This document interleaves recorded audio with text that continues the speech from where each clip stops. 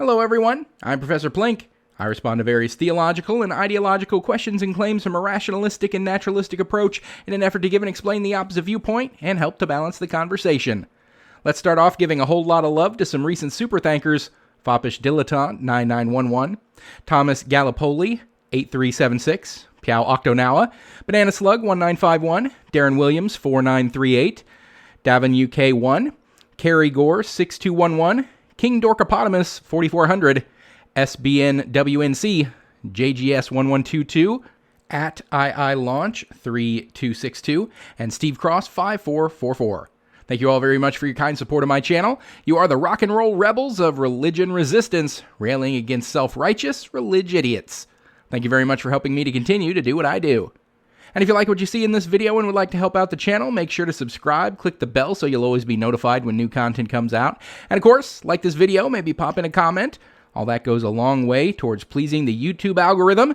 You better sacrifice goats and sheep and other barnyard animals to his name, lest he kill your firstborn sons for some reason or other, and keeping my channel motoring along.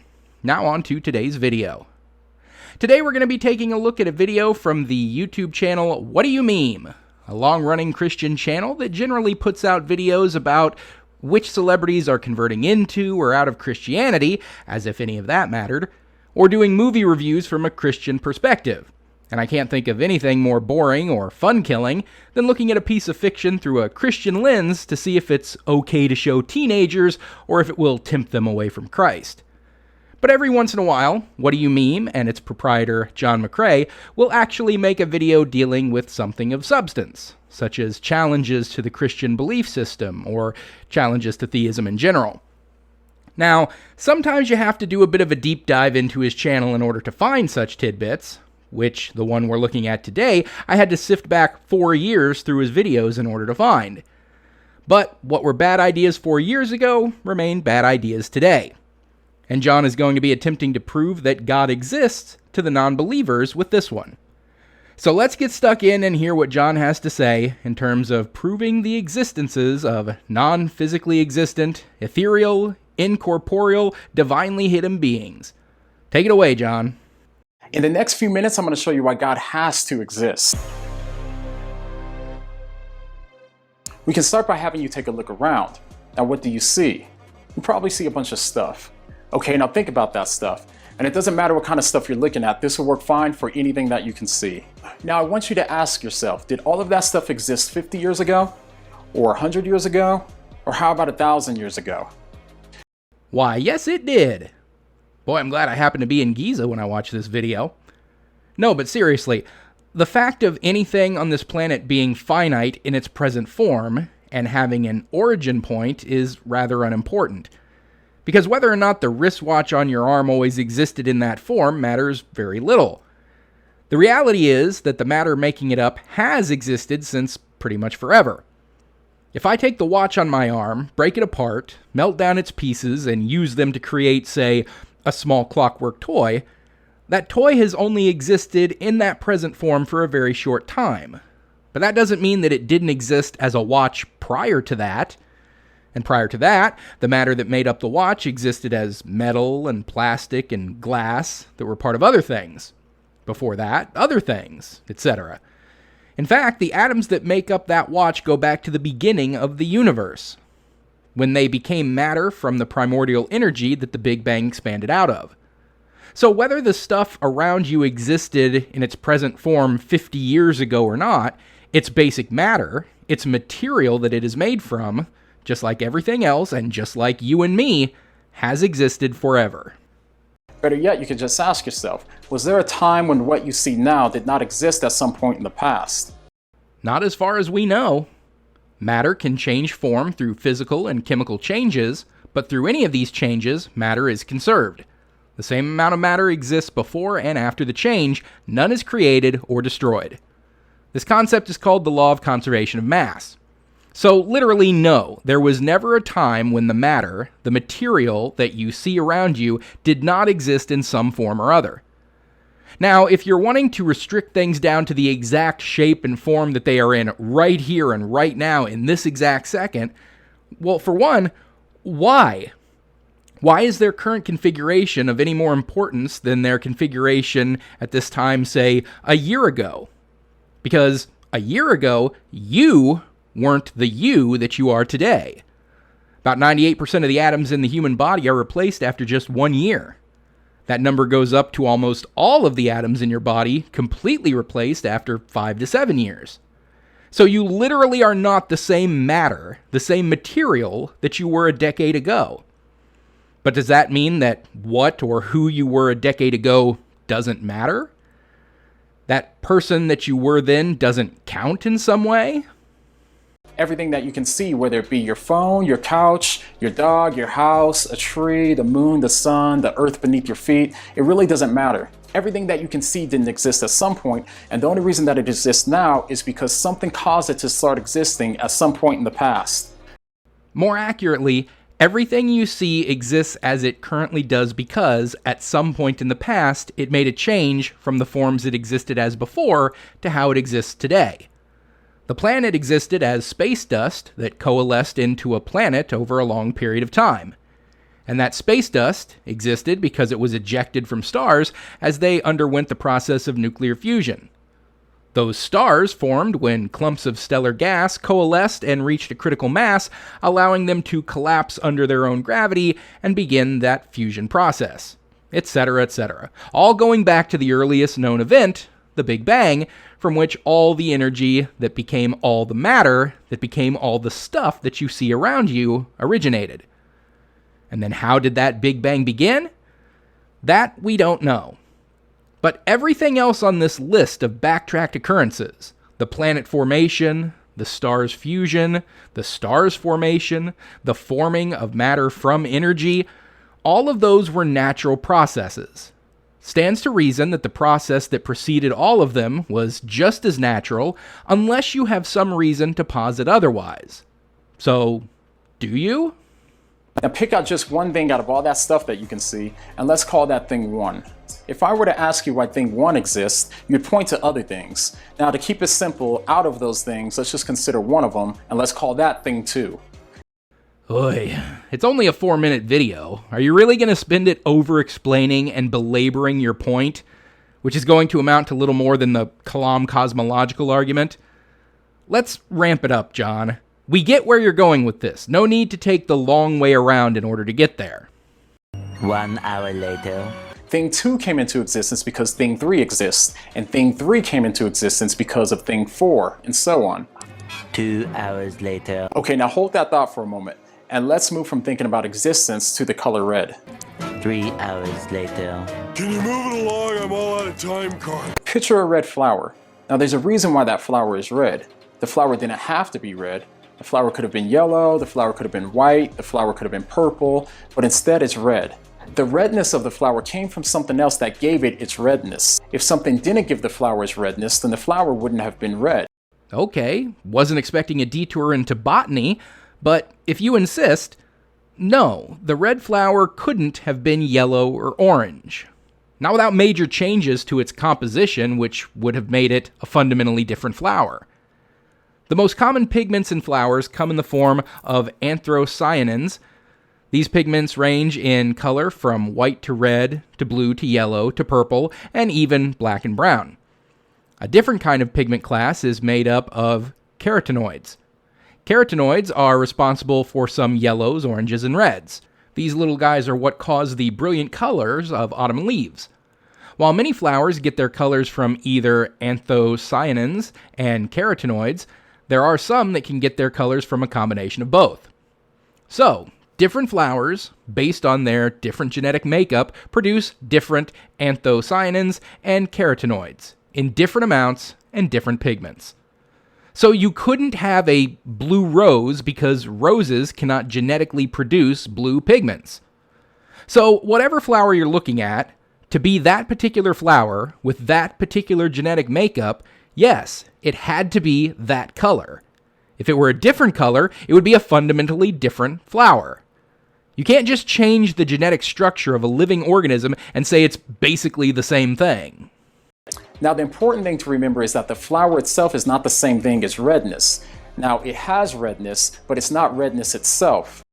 and a detour into how light and color works. Okay, high school general science time, I guess. Color is a property of light that depends on its wavelength. When light falls on an object, some of it is absorbed and some is reflected. The apparent color of an opaque object depends on the wavelength of light that it reflects. A red-colored object seen in daylight will appear red because it reflects only the waves producing red light.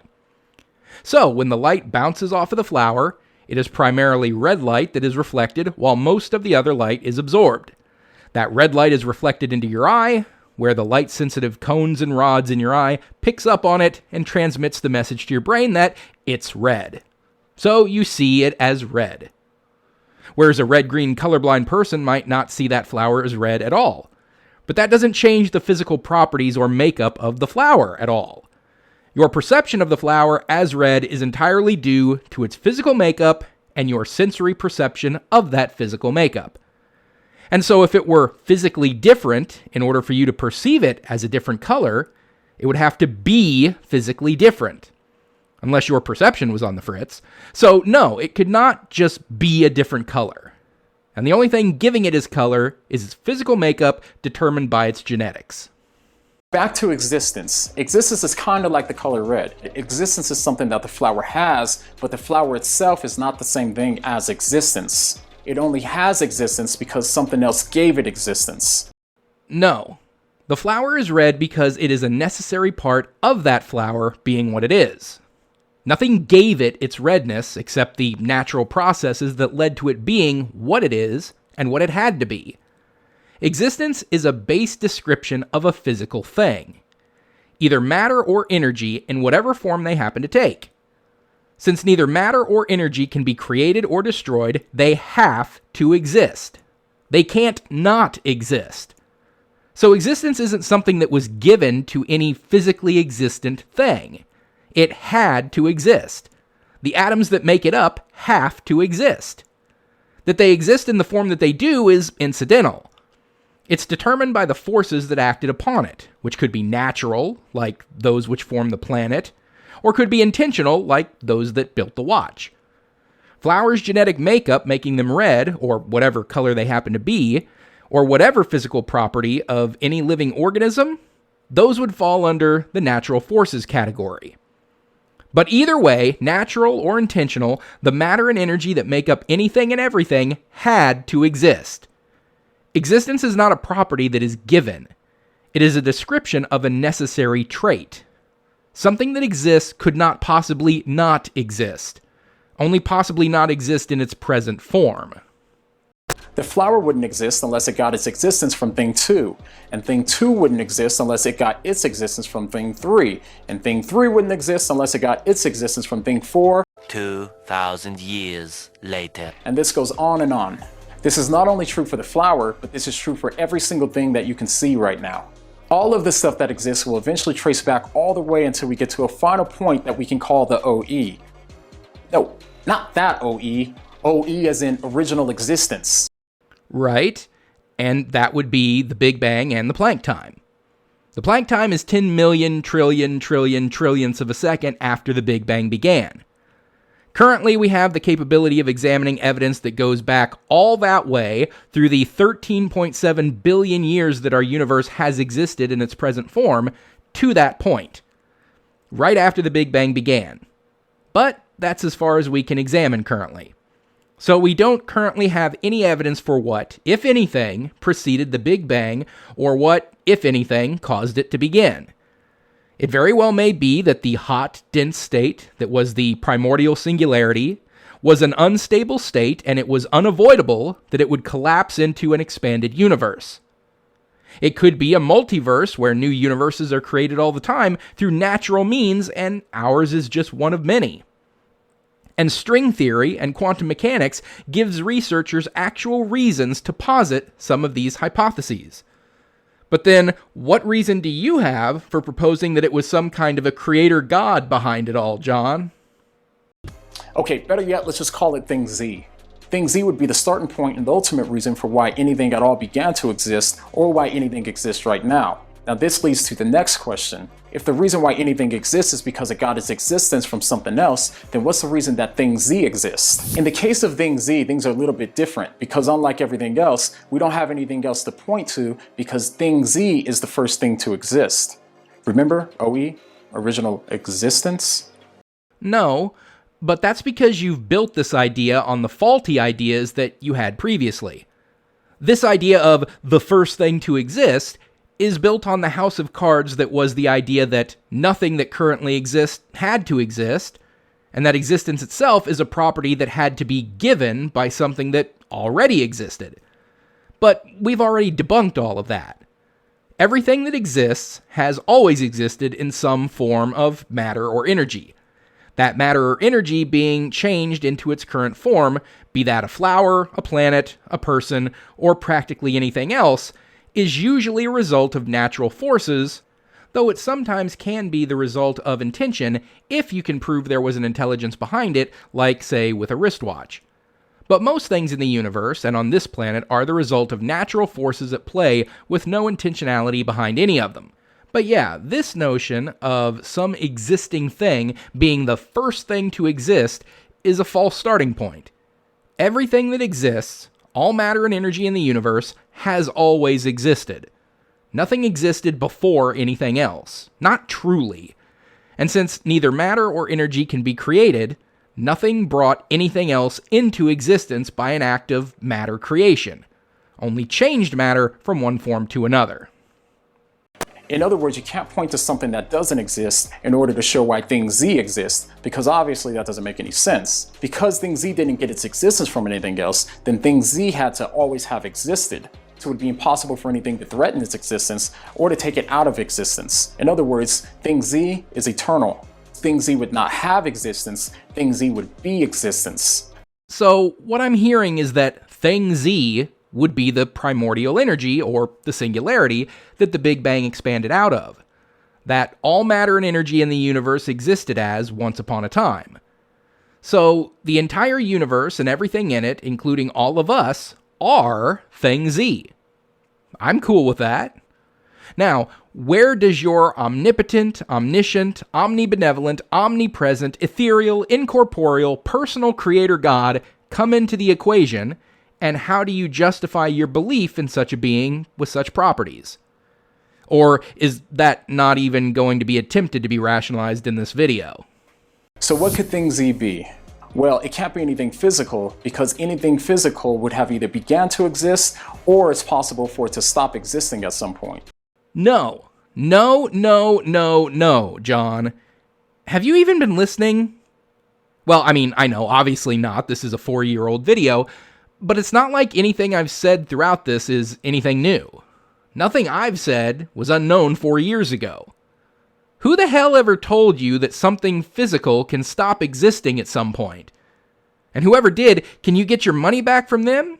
'Cause they done lied to you. Conservation of energy, it's the first law of thermodynamics, and its extension, the conservation of matter.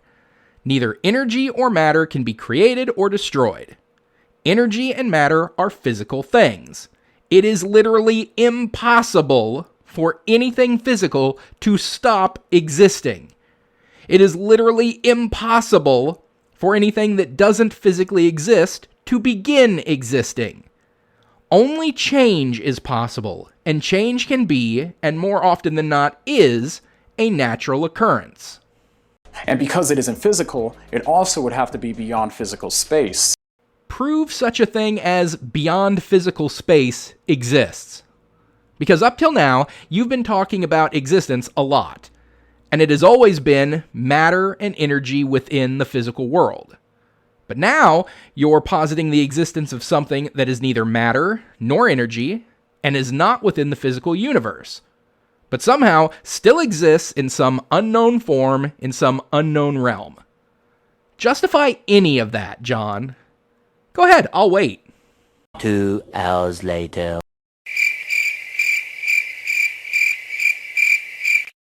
Similarly, it would never have begun to exist, and therefore it would have to be beyond time as well. Again, nothing began to exist as far as we can ascertain. Everything that currently exists has always existed in some form or other, meaning that we are all Thing Z. And there certainly is no need for there to be some mysterious extant Thing Z outside of the bounds of what we would define as existence, yet still existing somehow, somewhere, that is actually nowhere, and existing for all time, even though it exists outside of time, and therefore no time. Really, John, this is your attempt at proving that God exists? Because this video could almost be shown as an attempt to disprove God. You've so far established that God cannot exist, since he wouldn't exist in the physical sense, and physical existence, which is all we know there to be, wouldn't need a God to create it. And that God could not exist for any time, as it would have to be outside of time and therefore exist in no time at all. I don't think you are accomplishing what you think you're accomplishing, pal. So in other words, Thing Z would have to be an eternal, non-physical, uncaused creator that's responsible for the beginning of all time and all space, and also responsible for everything that did exist, everything that exists now, and everything that will exist in the future.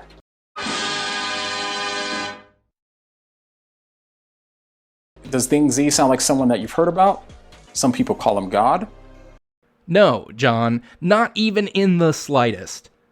Even though your argument has been built on faulty premises of not understanding what constitutes existence and the wrong belief that physical things can come into and go out of existence, even if I were to accept literally everything you've said up to this point, none of it comes close to meeting even the most general and non-specific definitions of a creator God. You have not even attempted to establish this Thing Z as having intelligence, will, desire, a mind, or anything that would make it a thinking entity rather than a natural force devoid of any intentionality.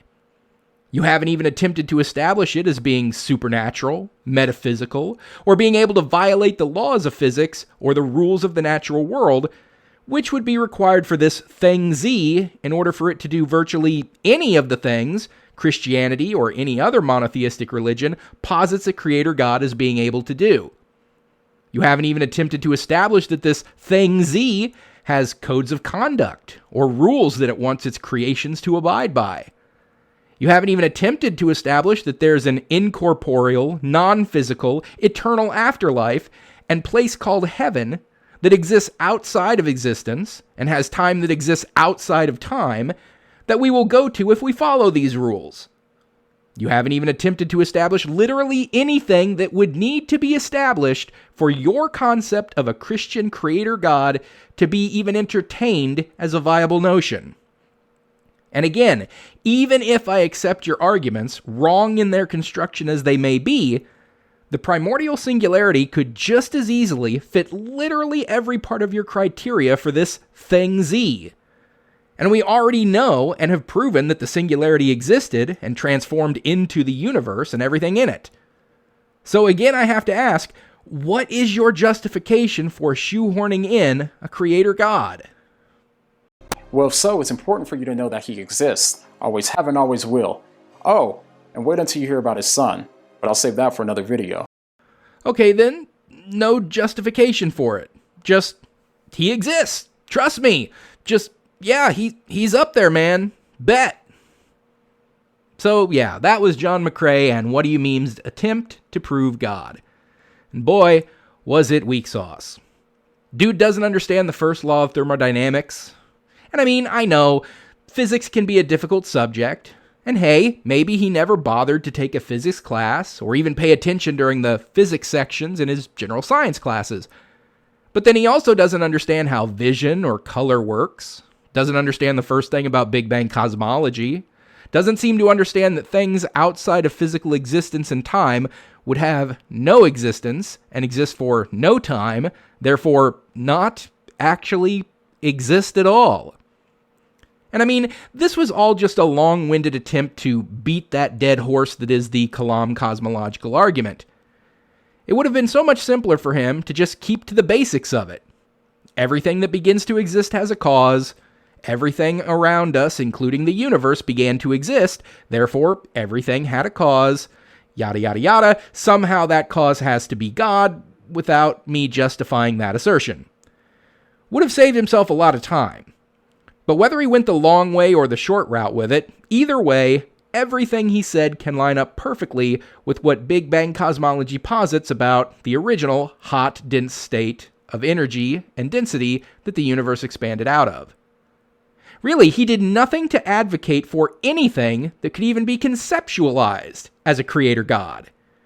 He spent 4 minutes establishing a cause, and then when it comes to the important bit of why that cause has to be anything even resembling the Christian God, it was just, because it is.